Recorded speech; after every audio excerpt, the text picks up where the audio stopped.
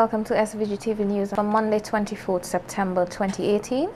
I am Yvette Boynes with the details. Leader of the Democratic Republican Party, the DRP, Anicia Batiste, has said that her party fully supports the use of the death penalty as a crime-fighting measure. Batiste told SVG-TV News today that while the government cannot force an unwilling person to abide by the law, there are things which it can do to deter would-be murderers. The DRP leader identified the death penalty as one such tool. But the death penalty is important in addressing the problem of crime, particularly murder, because the Bible tells us it is the only just remedy for proven murder. God said, "He that sheddeth man's blood, by man shall his blood be shed." That is equal justice, life for life in this sense. It's not saying you won't have due process of law, but once it's proven after you get your fair trial that you are guilty of murder, you should get the death penalty.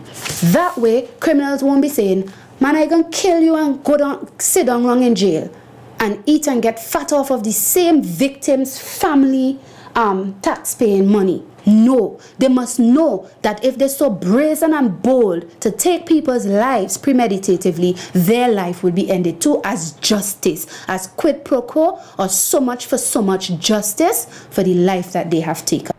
Batiste also advocated for stiffer penalties for heinous crimes and the speedy dispensation of justice.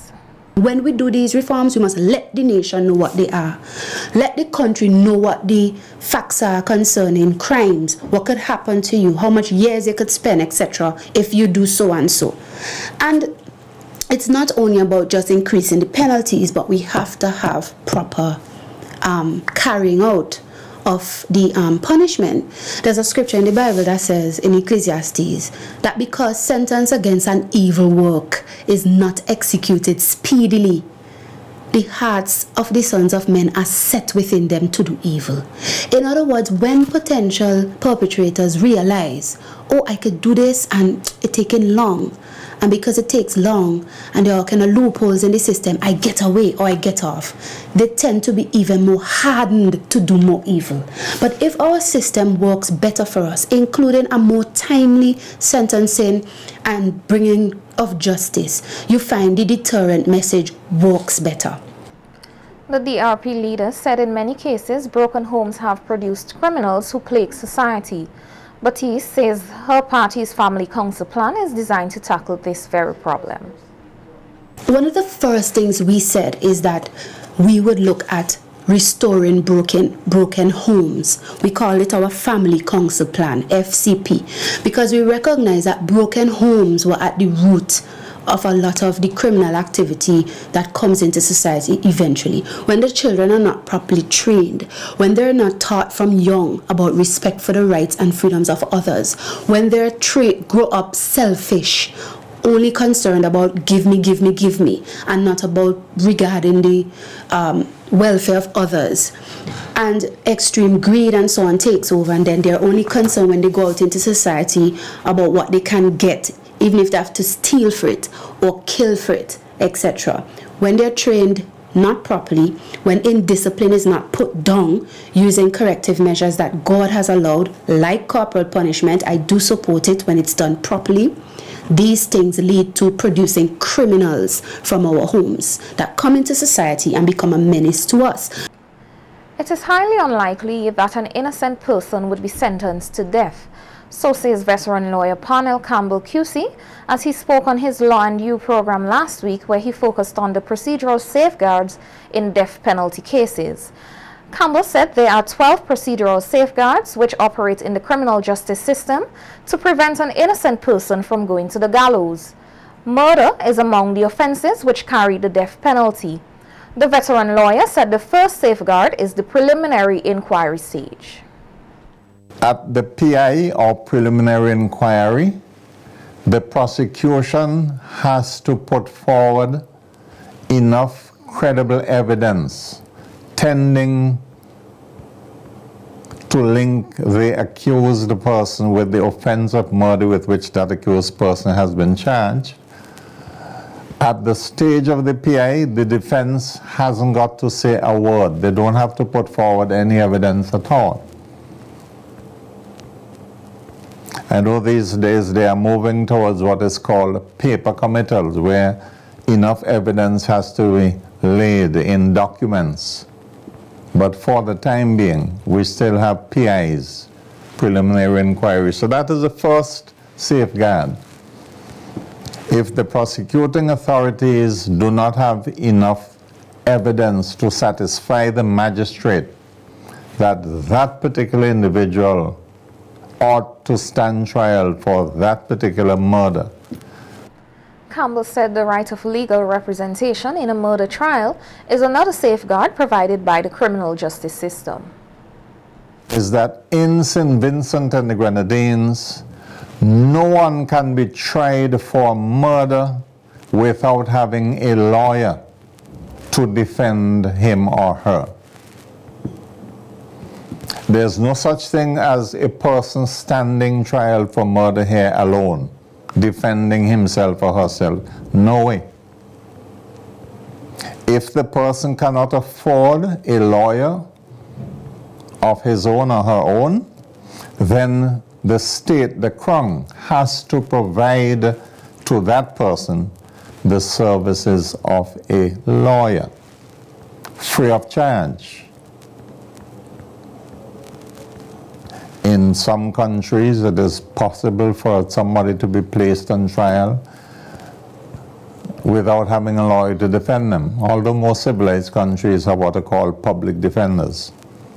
But here in St. Vincent and Grenadines, the second safeguard is that nobody can stand trial for murder without having a lawyer.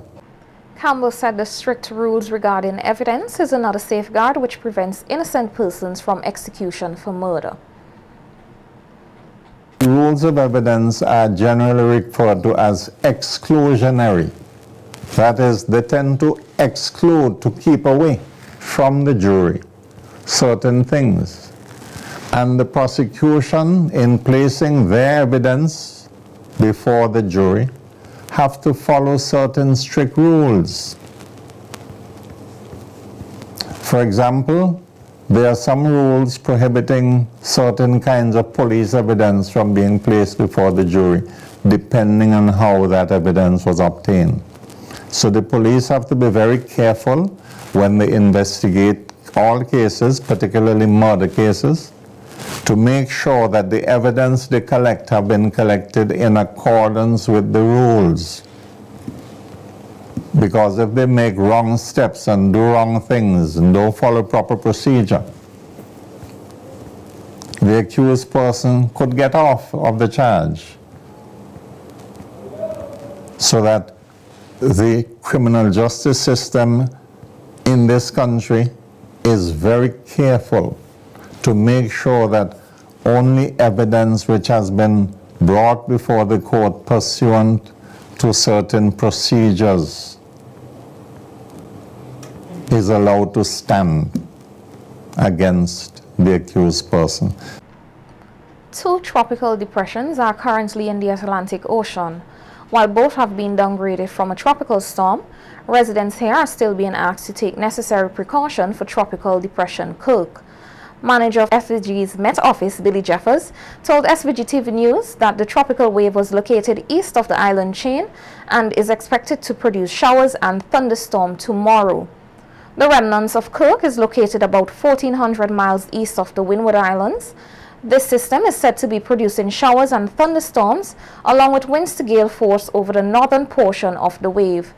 Redevelopment of this system is possible over the next few days until it encounters highly unfavorable upper-level winds while it approaches the Caribbean Sea. Meanwhile, Director of the National Emergency Management Organization, NEMO, Michelle Forbes, has said that they are prepared for any eventuality. Pit bulls must be treated with love in order to prevent the creation of monsters. So says veterinarian Dr. Colin Boyle as he spoke with SVG-TV News in relation to the pit bull and some of the misconceptions surrounding this particular breed of dog. Dr. Boyle said although the dogs were bred to fight in pits against other dogs, they are generally docile creatures.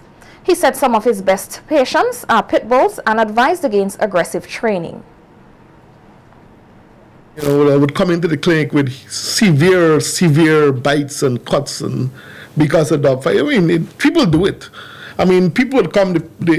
Somebody would tell me, "Oh, the dog, it got in a fight." But with that kind of beat up, lacerations, all you know, there had to be something. Most times, that had to be somebody fighting the dogs, and they do that sometimes. Even here, they do it sometimes. And those dogs, they would come and they would. I don't even have to muzzle. Some you don't even have to put them to sleep to suture the wounds, because they have a very high threshold for pain, and they don't. You know, it could be, let's say, if I had another dog, considered like a Rottweiler. I mean, they're beautiful dogs, but they would tend to bite much, or me as a doctor, they would try to bite me much quicker than a pit bull would. Dr. Boyle said given the crime situation, many persons want to keep a so-called bad dog for protection, with the pit bull being a popular choice. The veterinarian said the use of aggression training constitutes torture and cruelty to animals. Those dogs, if you have a very bad, I mean, we all, with the crime situation these days, we all want to be safe. And a lot of people are trying to, I know recently, lots of people want to have bad dogs. I mean, I try to tell people, no, you don't have to have bad dogs. Get a good dog. Dogs are, in general, they're protective. The minute you start training them on aggression, I think that is also a form of torture. People use all sort of materials, whips, and beat them, thinking that would make them bad. Of course, it does. But then it's, I mean, I nearly said dehumanizes them, but it makes them less than a dog. So we have to be mindful of those things. I mean, and there is the classification. You could classify a whole lot of stuff that we do to those animals as cruelty, especially say when we do these real rigorous, aggressive training, and then we create a monster. Dr. Boyle advised persons to keep their pit bulls in a properly enclosed area and treat them with love. Run out on the road, because the minute somebody see a pit bull on the road, they'll take a cutlass and run behind it or something to try and kill it. Whereas, I mean, all the dog is doing is just walking. So you got to be careful with that. As I said, the most important thing is keep them enclosed. Don't let them go, because they will go and fight other dogs, and people would find ways to kill them. They would mix gramoxone, or there's some other rat poison that they use, something, another little pellet, the poison that they use for rats that they would set. So those are some of the things you have to look out for when you have your pit bulls. But I say, if you have a pit bull, you take care of the little fella or boy or girl, feed them well, do no aggression training. They would protect you, protect your property, but they wouldn't become killers. Pit bulls have been known to attack persons here, and at least one woman was mauled to death.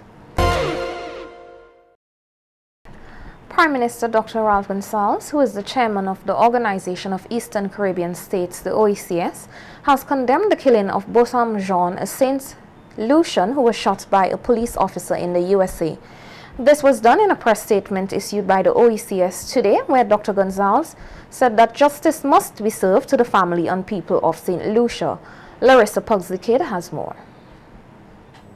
26-year-old Botham Jean, an accountant who lived in Dallas, Texas, was killed 2 weeks ago. Prime Minister Dr. Ralph Gonsalves, in his statement as chairman of the OECS, said, and I quote, "And so it is a great loss that we all feel and for which we sympathize deeply with his family and friends. The people of our region, from the OECS and beyond, want to let it be known to the United States of America and indeed to the entire world that we stand firmly in solidarity with the family and friends of Botham Jean and with the government and people of St. Lucia in their demand for justice." The statement continued, and I quote, "We wish to make it clear that our small size or perceived ranking in global affairs should not lead to false assumptions or conclusions about the strength of our resolve and determination in the fight for justice. We are dismayed by the despicable attempts by some to smear the character of Botham Jean and call upon the authorities in the state of Texas and elsewhere in the United States of America to work to ensure that justice prevails in this matter." End of quote. Botham Jean was killed on September 6 in his apartment by his neighbor who happened to be a police officer, Amber Geiger. The Dallas Police Department fired Officer Amber Geiger today after an internal affairs investigation into the fatal shooting. Botham Jean's body was flown to St. Lucia where he was laid to rest today. Reporting for SVG-TV News, I am Larissa Pugsley-Kidd.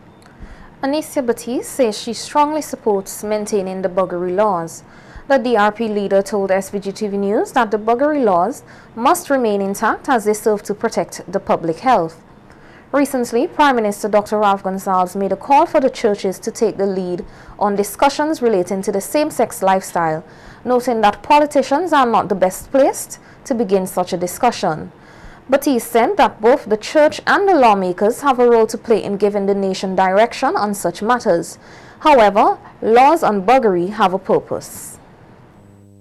The CDC, for example, the Center for Disease and Control in America, just in 2017, they released a report. It came out actually this year, 2018. You can find it online, and they indicated that in the case of great increases they were seeing in the spread of STDs or the transmission, they saw that in the case of primary and secondary syphilis, there was a 70%, the category of MSM, or men who have sex with men, represented 70% of the increases they had seen from the year 2013 to 2017. So there was a greater increase of the transmission of the disease by persons who were having male homosexual sex. Also, they showed that there was a higher increase of the transmission of HIV among men who have sex with men. So it is an established fact that when you facilitate or encourage the practice of buggery in a society,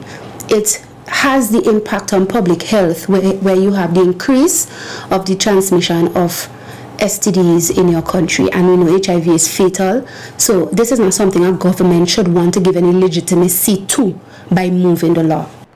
Batiste said the act of buggery is unnatural as it does not facilitate procreation and the maintaining of the family. She said this is one reason why it is important for government to maintain these laws.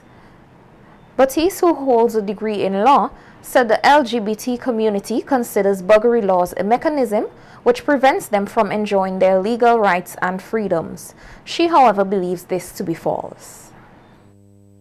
What you choose to do with your rights is not the right. Rights are given by God at our creation, when we are born, in the womb and we are born, and the rights are the same for everybody. It doesn't have to do with a person saying they become gender aware, they realize they're a man instead of a woman, or they like this kind of sex. In the case of sodomy, it's unnatural. That's not a right. So when the buggery law penalizes the act of buggery, and by the way, our buggery law is clear. It states if a person commits buggery with another person, that could mean a man with a man with a woman, a man with a boy child, a man with a girl child. So that is not targeting a particular person and what they like to do as sex. So people like to say it's against homosexuals' rights, but it didn't say any homosexual. It says any person.